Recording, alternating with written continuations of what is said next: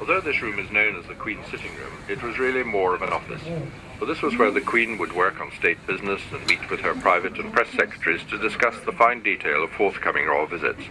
Even at sea, official affairs took up several hours of the Queen's day, and the red boxes containing state papers would be flown or shipped out to Britannia, no matter where she was in the world. The 2-metre-long built-in desk with its green leather top was where the Queen sat to work, and here the raw writing paper, pens and blotters were kept. Above the electric fire is a mirror in the style of a ship's wheel, topped with a gold crown, the centre of which is positioned precisely at the Queen's eye level. The original sofa was used in HMS Vanguard in 1947, when the King and Queen, accompanied by Princess Elizabeth, travelled to South Africa.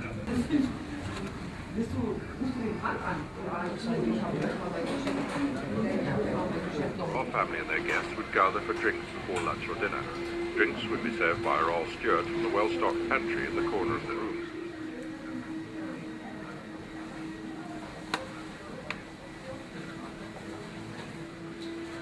With polished folding mahogany doors, which can either be fully opened to make one 18-metre-long room, or closed over to divide the space in two. Throughout the royal apartments there is a combination of furniture from the royal yacht Victoria and Albert, like the mahogany bookcase you see here, and pieces which were bought specially in the 1950s. Over the years, every item has been carefully dusted, polished and cleaned. This spacious and elegant drawing room served both as a place for the royal family to relax and as a reception room. For official functions, the drawing room, together with the anteroom and dining room, could accommodate up to 250 guests. The drawing room is comfortably furnished with chintz-covered sofas and deep armchairs which sit on a luxurious Persian rug. The Queen originally requested an open coal fire in this room, but as Navy practice demanded that a sailor had to be on standby with a fire bucket at all times, this option was rejected in favour of the electric fire that you see today. The Welmer baby grand piano cost £350 when it was supplied in 1952 and is firmly bolted to the deck to stop it taking off in choppy seas. One of the most celebrated performers ever to sit at this piano was the playwright Sir Noel Coward, and amongst the royal family, Princess Diana, Princess Margaret and Princess Alexandra were all known to enjoy playing the baby grand on board Britannia. For more formal receptions, the resident pianist with the Royal Marines Band would sometimes provide background music as the royal family and their guests continued their after-dinner conversations. While away an evening was a game of whist or bridge, and here the royal children could set up their jigsaws or board games.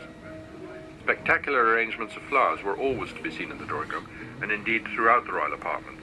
For state visits, flowers were always provided by the host country, but for UK voyages, hundreds of flowers would be picked from the gardens of Windsor Castle and stored in a special cold room where they would keep fresh for several weeks.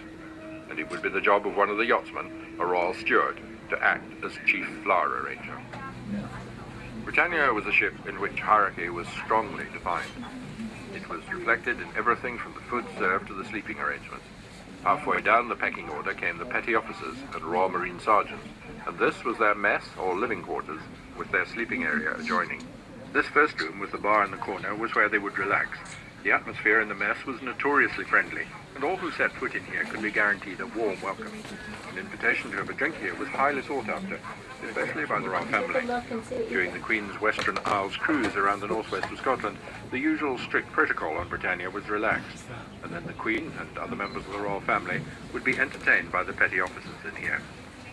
Over 20 petty officers served on Britannia with responsibilities ranging from radio supervisors and marine engineers to stewards and cooks. In addition to them, this mess was also shared by the Royal Marine sergeants, some of whom carried out security duties while others formed part of Britannia's band. Accommodation for each man consisted of a bunk which folded up into a seat for use during the daytime, and a locker underwent a refurbishment with major changes to the accommodation on board.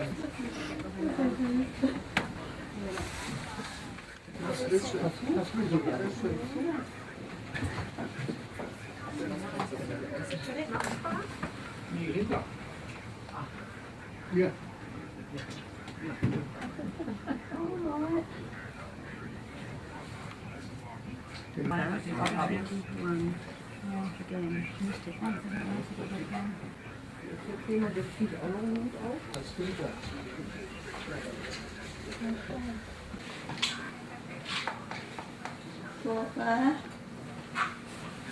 aboard Britannia, and this is where they lived and slept in their own mess, known as the barracks. Security was uppermost on everyone's minds when the Queen was on board Britannia, and Scotland Yard detectives always accompanied the royal family on the yacht. In addition to them, Royal Marines were employed on Britannia to carry out general security and orderly duties. 9 of the Royal Marines acted as ceremonial guards or sentries, manning the royal gangways when Britannia was berthed. 1 Marine served as the yacht's butcher, and another had the important job of postman on Britannia. Some of the Marines were trained as divers, and before Britannia berthed in any harbour they would search the seabed and surrounding area for terrorist devices, and would dive daily under the hull of the ship to make security checks. But perhaps the role for which the Royal Marines were best known was as Britannia's band. 26 bandsmen of the Royal Marine Band Service, all trained musicians, were embarked to play whenever Britannia was on royal duty. Their repertoire was vast and varied, and in addition to being able to play perfectly the national anthem of each country the ship visited, they could also turn their hand to every type of music, from classical to ceilidh. But on a ship where silence was golden, this could present a bit of a challenge. Daily rehearsals normally took place as far away from the royal quarters as possible.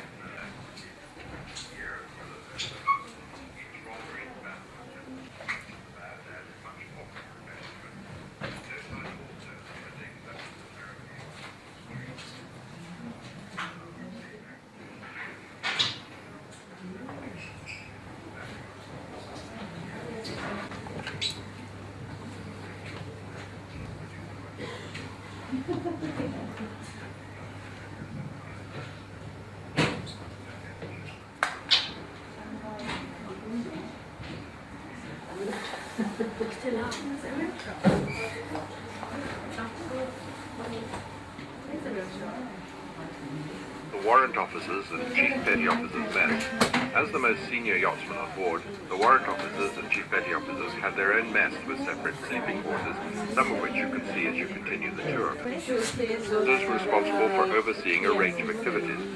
2 worked in the medical department, while others worked in the communications room, dealing with the Queen. 9 of the chief petty officers worked in the engineering department, in charge of the engine room, boiler room, and auxiliary engineering equipment, while others, in the supply department, were in charge of catering, and petty officers were allowed to have spirits in addition to beer in their mess. From here, exit.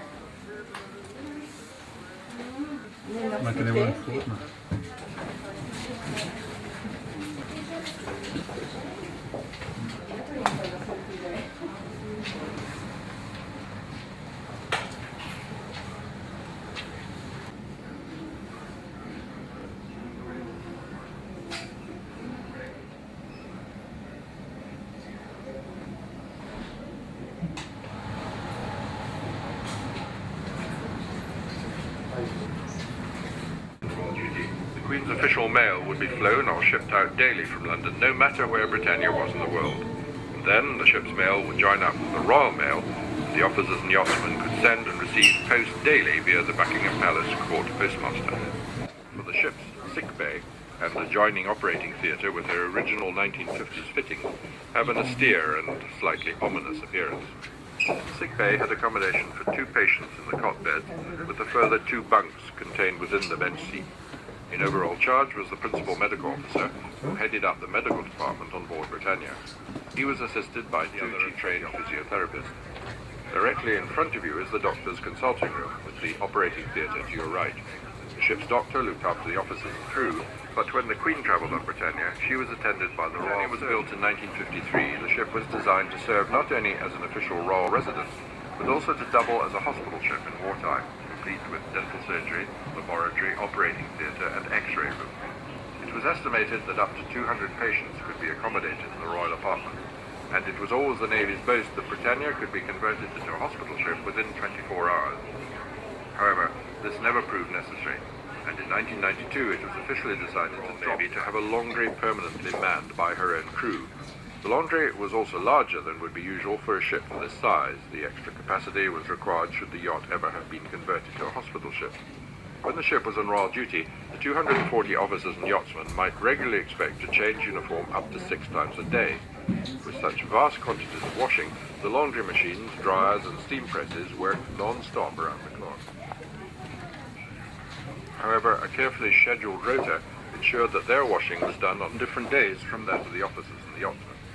One of the petty officers was in charge of the laundry, and he worked with a staff of 8 Royal Yachtsmen to ensure that all on board were immaculately turned out. 53, and proved very reliable right up to the time that Britannia was decommissioned. The laundry was a hot and noisy environment, and when Britannia sailed to the tropics, temperatures here were known to soar up to 45 degrees Celsius, or 120 degrees Fahrenheit. The laundry operated as a non-profit-making venture, and to cover costs, a small charge was made to wash and press each item of clothing. A shirt was charged out at a cost of 6 pence, and a tropical white uniform at a charge of 22 pence. As even the best laid plans, some plans went astray. This happened on one occasion when the raw washing turned a delicate shade of blue, and Her Majesty's dresser was less than amused. The cause, it turned out, was a chemical reaction in the copper pipes, which was quickly remedied by adjusting the pH value of the water. This is the royal barge in which the Queen and the Duke of Edinburgh travelled ashore when Britannia was anchored in harbours around the world. Queen and Prince Philip sat inside the air-conditioned cabin, which was specially designed to ensure that they could be clearly seen as they approached the shore. When the Queen was on board, the royal barge would be crewed by 5 men and escorted by one of the motorboats. Built by Camper Nicholson in 1964 to replace the previous royal barge, which had originally belonged to the Royal Yacht Victoria and Albert III. It is 12.5 meters, or 40 feet long, and has 2 125 horsepower engines, which are capable of a maximum speed of 20 knots, although its normal passing speed is 18 knots. You can also view the royal yacht stretching before you along the quayside, 125 meters of streamlined elegance. The glossy, deep blue colour of Britannia's hull was especially chosen by the Queen in preference to the traditional black. The Queen, too, specially approved the elegant gold line around the ship's hull, painted in 24-carat gold leaf. Not a single rivet marks the yacht's sleek, smooth hull, and nowhere on her side will you find the name of this, one of the most famous ships of the 20th century.